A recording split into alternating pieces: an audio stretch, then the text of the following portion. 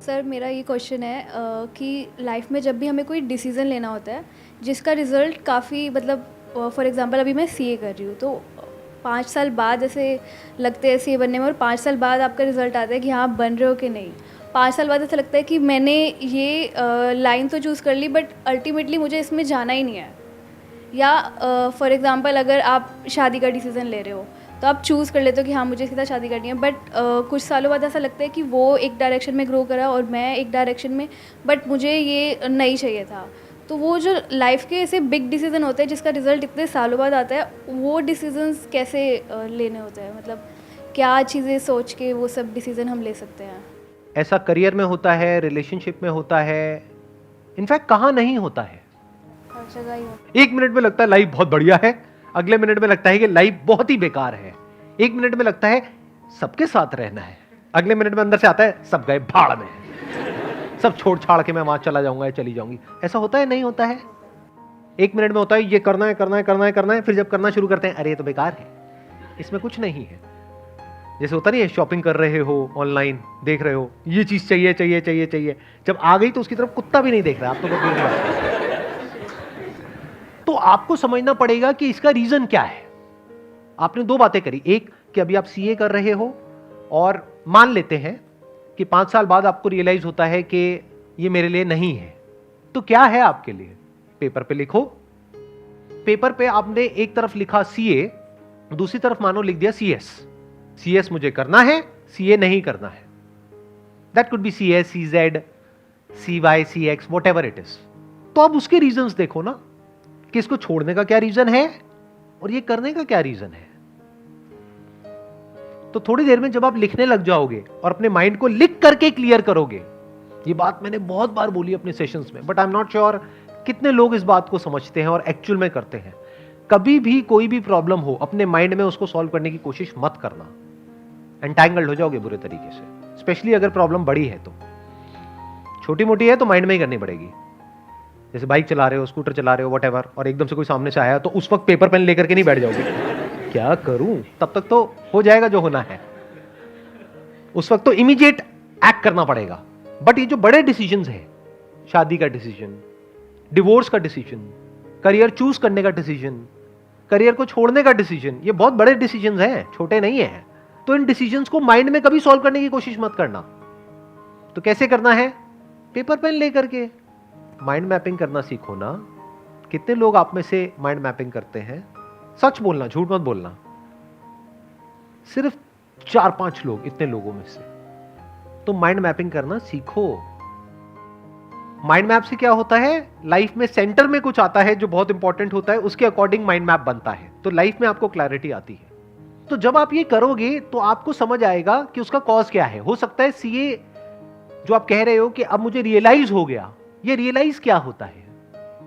Realisation is nothing but your thought, कि मुझे ऐसा लग रहा है। आज कुछ और लगता है, कल कुछ और लगता है। एक रिलेशनशिप में कभी रियलाइज होता है कि ये तो बहुत ही बढ़िया है, कभी ऐसा लगता है कि ये तो बहुत ही बेकार है। तो ये रियलाइजेशन क्या होता है? तो इस रियलाइजेशन वर्ड को हटा दो कि मुझे रियलाइज हुआ, उसके कॉज को समझो। हो सकता है आपको कॉज मिले कि मैं इसलिए आगे कंटिन्यू नहीं करना चाहती क्योंकि मैं बोर हो गई हूं। हो सकता है कॉज मिले क्योंकि इसमें बहुत एफर्ट है। ध्यान से समझो इन माइंड की गेम्स को। ये माइंड की गेम्स है हमारी, जो माइंड गेम्स खेलता रहता है आपके साथ। तो पहले आपको कॉज को समझना है। हो सकता है कॉज मिला बोर्डम, तो दूसरी तरफ देखो ना पेपर पे क्या लिखा हुआ है, सीएस। बोर्डम तो वहां भी है, टक्कर का ही है। सही कह रहा हूं, गलत कह रहा हूं? या तो आपने लिखा होता दूसरी तरफ बंजी जंपिंग, मैं ये बंजी जंपिंग का वहां पे ऋषिकेश में जाऊंगी, वहां पे सेटअप करूंगी और खुद बंजी जंपिंग करूंगी डेली और लोगों को भी करवाऊंगी। तब लगा कि हाँ कुछ डिफरेंस है। एक तरफ सीए लिखा हुआ है, एक तरफ सीएस लिखा हुआ है, टक्कर के हैं दोनों। ऐसे ही बॉयफ्रेंड गर्लफ्रेंड में कंफ्यूजन हो या पति पत्नी में कंफ्यूजन हो, तो दूसरी तरफ लिखो किसी का नाम।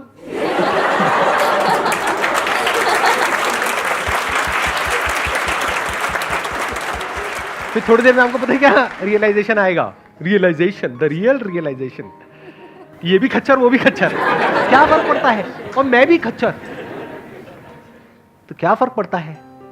इस मंत्र को पकड़ना सीखो, लाइफ में बहुत काम आएगा। जहां पे आपको कुछ लॉन्ग टर्म तक सस्टेन करना है, शॉर्ट टर्म में मंत्र काम नहीं आएगा। वैसे शॉर्ट टर्म में भी आ जाएगा काफी केसेस में, बट लॉन्ग टर्म में मंत्र बहुत काम आता है कि क्या फर्क पड़ता है।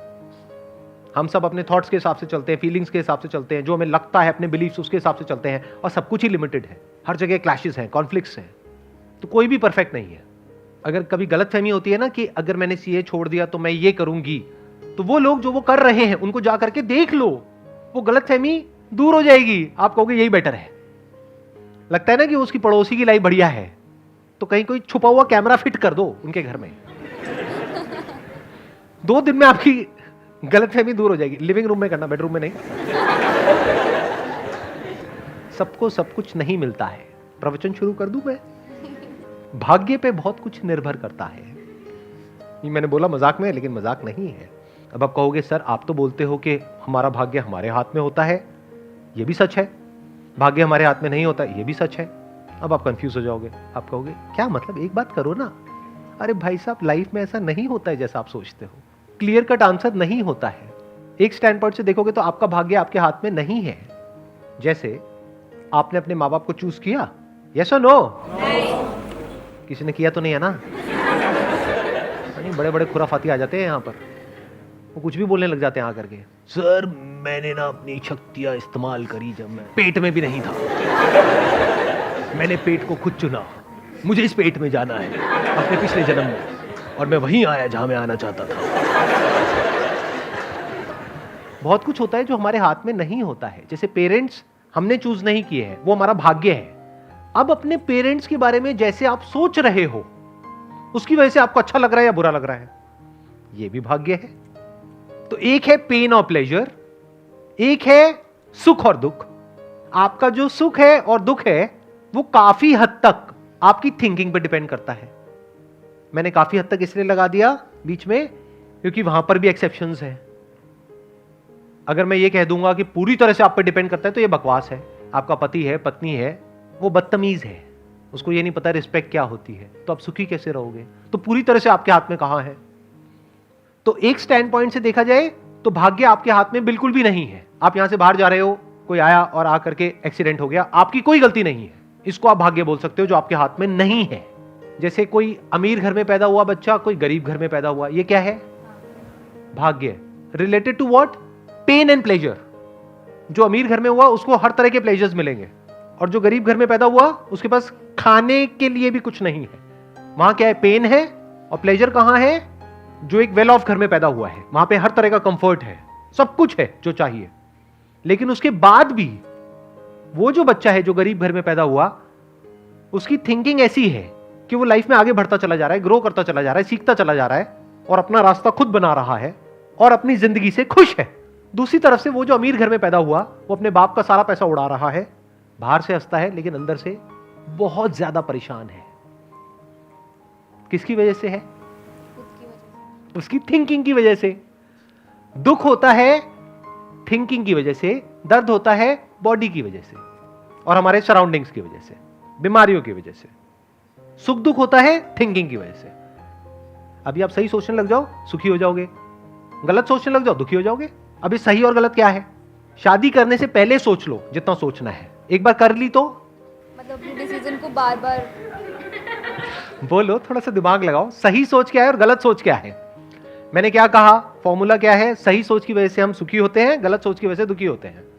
तो पहले जितना सोचना है सोच लो। वो भी आपको लग रहा है कि मैं सोच करके शादी कर रही हूं, उसमें भी भाग्य का बहुत बड़ा रोल है। क्योंकि आप कब कहां किसको मिले और फिर मिल करके कब किसको किसकी आदत पड़ गई पता ही नहीं लगता है। लाइफ ऐसी तो होती है। फिर सही गलत समझ नहीं आता है जब दिल का मामला होता है।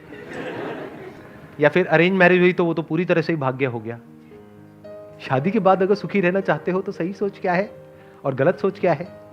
अपने डिसीजन पे अटल रहो। मतलब नहीं, ऐसा नहीं है। अटल क्यों रहो? अगर सामने वाला जो पर्सन है वो क्या कहूं, पापी,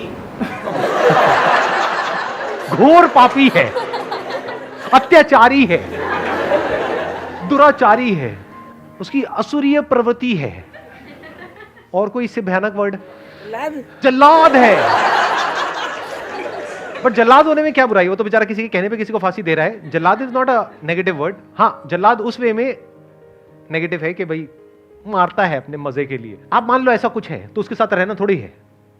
उसको पुलिस के हवाले करो और निकलो उस घर से, या उसको निकालो, सीधी बात है ना। बट मान लेते हैं मैंगो पीपल टाइप का कोई बंदा है, मतलब जैसे लोग यहाँ पर बैठे हुए हैं, वैसे पता नहीं लगता किसी को देख करके कि ये सब जो मैंने कहा उसमें से कौन है जो यहाँ पर बैठा हुआ है। मान लेते हैं कि एक नॉर्मल इंसान है। नॉर्मल क्या होता है? जिसमें कुछ पॉजिटिव है, नेगेटिव है, कभी खुश है, कभी दुखी है, ना एक्सट्रीम में अच्छा है ना एक्सट्रीम में बुरा है। एक्सट्रीम में अच्छे वाले लोग भी बड़े खतरनाक होते हैं, एक्सट्रीम में बुरे तो बात हो ही गई है, तो बीच में कहीं पे है। तो अब सही सोच क्या है? इम्परफेक्शंस को एक्सेप्ट करना, मतलब जैसे मुझ में भी कुछ अच्छी बुरी चीज़ें हैं तो सामने वाले की भी अच्छी बुरी चीज़ें, और क्या फ़र्क पड़ता है? क्या फर्क पड़ता है? बस ये गोल्डन मंत्र को पकड़ लो कि कभी उसकी कुछ हरकतें होंगी, आपको गुस्सा आ जाएगा, आप गुस्सा करोगे तो वो भी गुस्सा करेगा, क्या फर्क पड़ता है? चीख चिल्लाहट हो जाएगी, क्या फर्क पड़ता है? थोड़ा एक आध बर्तन टूट जाएंगे, क्या फर्क पड़ता है? बर्तन और आ जाएंगे, अगले दिन फिर नॉर्मल हो जाओ। मैं आपको सही बातें बता रहा हूं, प्रैक्टिकल बातें, थियोरेटिकल बातें नहीं। जैसे कुछ लोग होते हैं ना, वो बैठ करके बोलते हैं नहीं नहीं बस अपने मन को ऐसा आप करो, वैसा करो, ये करो, वो करो। अरे ऐसा नहीं होता है रियल लाइफ में। रियल लाइफ में बता रहा हूं क्या होता है, लड़ाई झगड़ा, ये वो, थोड़ा बहुत कहा सुनी, और जब बोलने पे आते हैं तो पता नहीं क्या क्या बोल जाते हैं। आप हूं तो कर रहे हो, लेकिन शादी नहीं हुई आपकी अभी, तो आपको नहीं पता है क्या क्या बोल जाते हैं, किस किस हद तक बोल जाते हैं। सर अगर वो चीट कर रहा है तब भी यही मंत्र रखना है। मैंने कब बोला? वो तो उनमें से किसी कैटेगरी में आ गया ना। अय्याश है, धोखेबाज है, बेवफा है। कुछ वर्ड छूट गए होंगे, अभी भी आप समझ लेना इशारों में कि अगर ऐसा कोई है तो छोड़ दो। बट अगर मैं कह रहा हूं ना बीच में कहीं पर है, नॉर्मल इंसान है, बेचारा है, आप बेचारी हो, ठीक है, क्या फर्क पड़ता है? तो ऐसे जब आप समझ लेते हो चीजों को और ऐसे सोचने लग जाते हो तो अब आप चिल हो जाते हो। चिल पता है ना क्या होता है? क्या होता है? एक ना तो एक्सट्रीम मतलब किसी भी इमोशन को एक्सट्रीमली नहीं लेना। अब फालतू की एक्सपेक्टेशंस ही नहीं है ना माइंड में। फालतू की एक्सपेक्टेशंस ही तो जड़ है सारी की सारी प्रॉब्लम की, कि मेरा पति ऐसा क्यों नहीं है, मेरी पत्नी ऐसी क्यों नहीं है, रोज सुबह उठ करके मेरे माँ बाप के पैर क्यों नहीं छूती है। अरे वो सुबह उठती ही नहीं है टाइम से।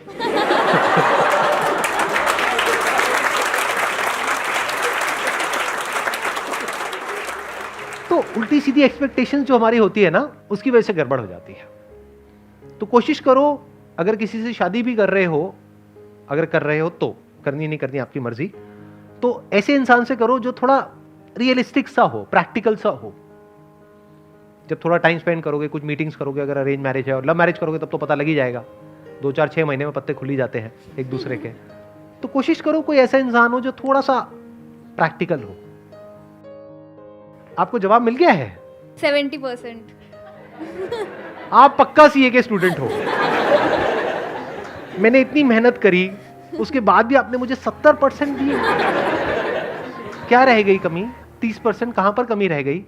जैसे आपने बोला कि जब हमें कोई करियर वगैरह चूज़ करना है तो पॉइंट्स नोट कर लो और कंपेयर करो, तो कंपैरिजन भी तो हमारे इमोशंस से उठ के ही आएगा। मतलब इमोशंस को हटा दो। जब आप लिखते हो तो इमोशंस हट जाते हैं।